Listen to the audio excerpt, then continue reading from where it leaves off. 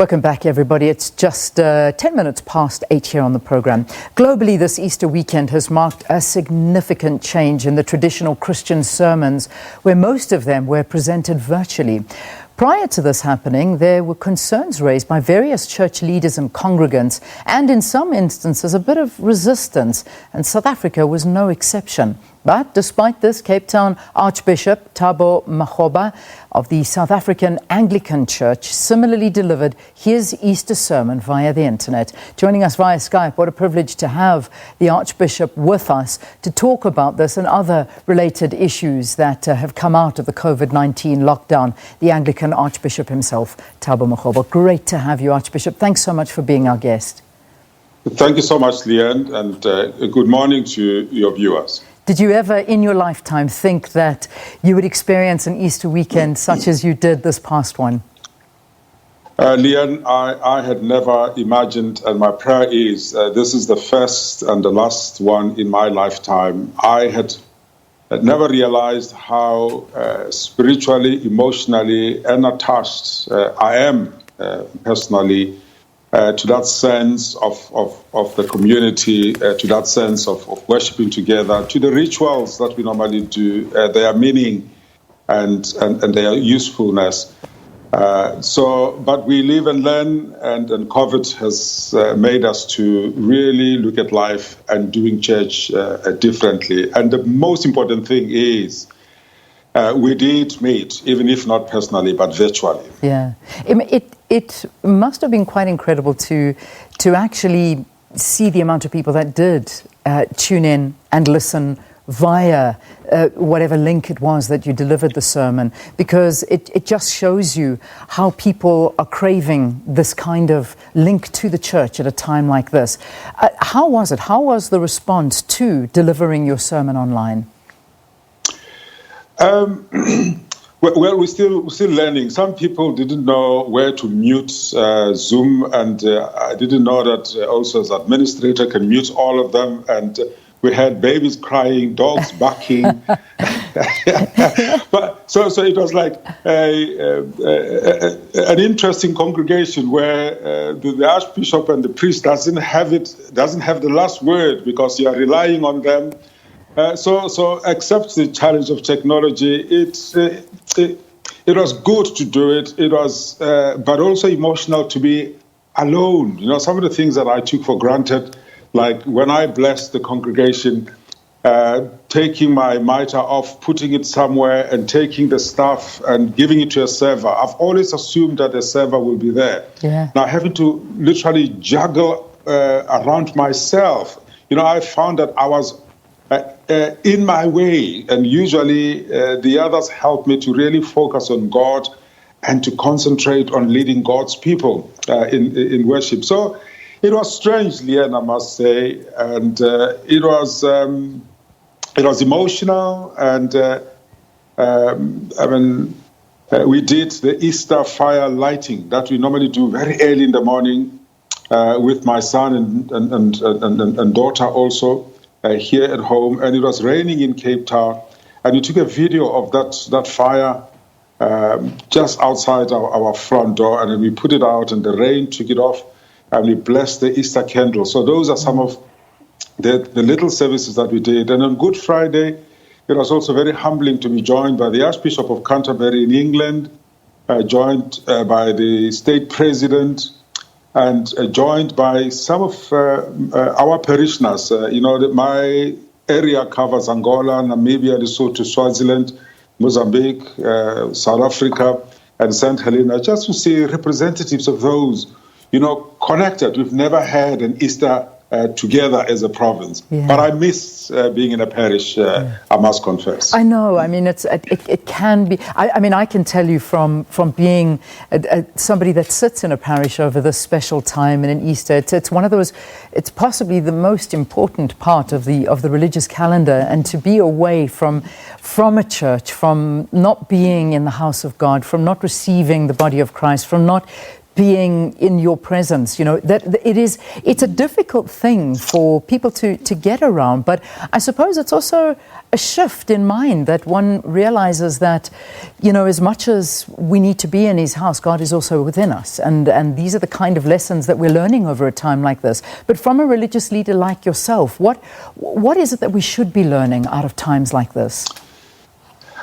I think out of times like this, we should be learning the real meaning of Mass or of the Eucharist, because the Eucharist is meant to be celebrated for those that are present and for those that are not present, and for those that have celebrated the Eucharist before and for those that will celebrate the Eucharist after. So we should learn the beauty of solidarity. We should learn the beauty of interdependence. We should learn the beauty of caring for one another. I mean, it pains me when we are not Eucharistic and allow maybe the security forces, the army, to be less caring, to be less compassionate. We should highlight some of those and say, let's help others to wash their hands with soap, to keep the distance, and to cough appropriately, but let's not harass them. Let's not treat them as not having their God-given rights. So I'm learning just how we need to live intentionally, Leanne, and to care for one's neighbor and to care for the environment in which we are living together. Yeah. Archbishop, a real concern let's turn our attention to the US is the high percentage of COVID-19 illness and the death of African American and Hispanic people. There is a close correlation here with a frighteningly large number of our population that are living below the breadline and in close proximity to one another. What message would you like to send to both the government and civil society with regard to this? I want to say, maybe firstly to civil society, please, as the Bible says, be vigilant. Report those cases in Alexander, report those cases in Strandfontein, report where there might actually be abuses. Share them via Zoom, write to the government, write to the ministers concerned so that people are not ill-treated. And I want to say to the government, we know we have spatial apartheid, we know we have past inequalities.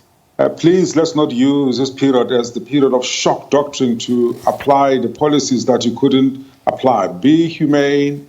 Wherever you have accommodated people, treat them with respect. And I want to say to the government, maybe this is the time also to look at how do we provide housing? Can we also, instead of bailing out, as in the past, SAA and the others I want to mention, bail the people out? Maybe let's, like President Ramaphosa, instead of concentrating on the profits of company, when we were downgraded, he concentrated on saving lives. So I think that is the right message. But let's test, let's screen, let's treat, so that we know the extent of the impact of this COVID. And I regret that there is that correlation, as if it is racially skewed in the US, of Hispanic and African American. So COVID knows no gender, no race, no color. So if we all test and tested, we will see that it is beyond political ideology, it is beyond race and gender. Yeah. But I regret that that is the case. Yeah, it certainly is something that the message needs to get out there. You know, it's quite amazing. I mean, we started off talking that never in your wildest dreams did you believe that you'd be delivering sermons and in a position like this. And also, never did we believe in a country that we would be focusing on a pandemic as opposed to what we normally focus on. And I mean, I just go back to remembering in December what you were saying. You were preaching at St. George's Cathedral in Cape Town. And, you know, that theme, the year of the orange jumpsuit for those involved in state capture, to be brought to trial and convicted. You know, I mean, it galvanized a lot of people and organizations, 30 civil society formations, to put pressure on government for action. The reality is we can never take our eye off that ball because of what's happening currently, and I suppose that's important. Leanne, that is very important. I mean, the Solidarity Fund is looking for money. We are looking for the resources for the people. We know that a lot of people who are politically connected and otherwise connected have stolen lots of monies. And then maybe that's where the NPA and the other organization that can prosecute should actually prosecute. And we can get some of that money and donate it into the Solidarity Fund. And maybe as one step in being the year of Orange overall. So we can't drop the ball. We need those resources to enable the category of people that we spoke about in Alex, in Strandfontein, in Khayelitsha, and then not only those, but the informal sectors who do not qualify within the threshold of the Solidarity Fund also will need to be boosted. We are in lockdown, we are not in shutdown, and I think that is important to note. Yeah, it certainly is. And something that is also very, very important, so we need to watch what happens after lockdown, because there is life after lockdown, and we don't need to get into a situation, and I mean, you yourself have been very vocal about that. I know in 2018 you spoke to congregants to never again allow government and leaders to talk down to us as people and to let them down or to keep them down. Most media reports and government activity during that crisis highlighted how let down people actually felt. So I ask you for your hope for the country now during this crisis and after this crisis. What is it that you hope our leaders are going to do now? My hope for all our leaders, including religious leaders, is very often we've let congregants down, we've let the people down when they kept on knocking at the door of justice and at the door of equality. But we have mobilized like we have never mobilized before during this lockdown. You know, somebody was saying the last time this happened was probably 60 years ago. And we have shown that we are capable of giving, of caring. We've had business people that announce their gift to the Solidarity Fund. I am praying that we will continue on that humane way of caring for one another.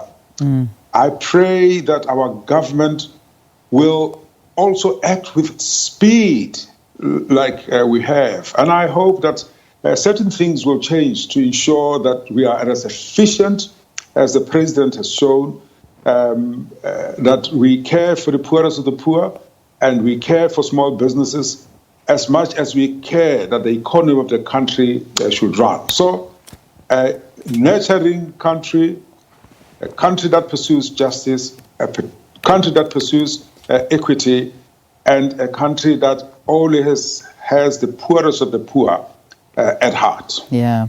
Finally, Archbishop, as I let you go, did you watch that concert yesterday by Andrea Bocelli when he was singing in the cathedral in Milan?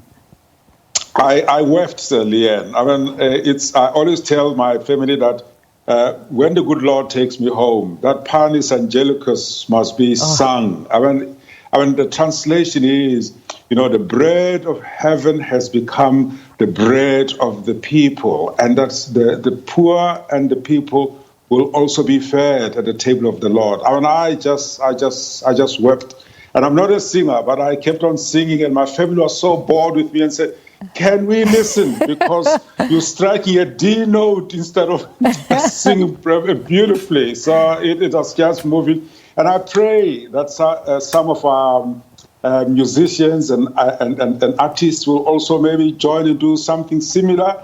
You know, Leanne, at 12:30 today, I'm also having a Zoom meeting with the youth in our church to say, what can we do and say as the youth? And maybe do our Bocelli and sing Panis Angelicus to the country and bring a balm to people that live in fear and anxiety and raise the level of hope. Oh, that's absolutely incredible. I'm glad you shared the same emotion that I did, because I've never had tears in my eyes like I did with that.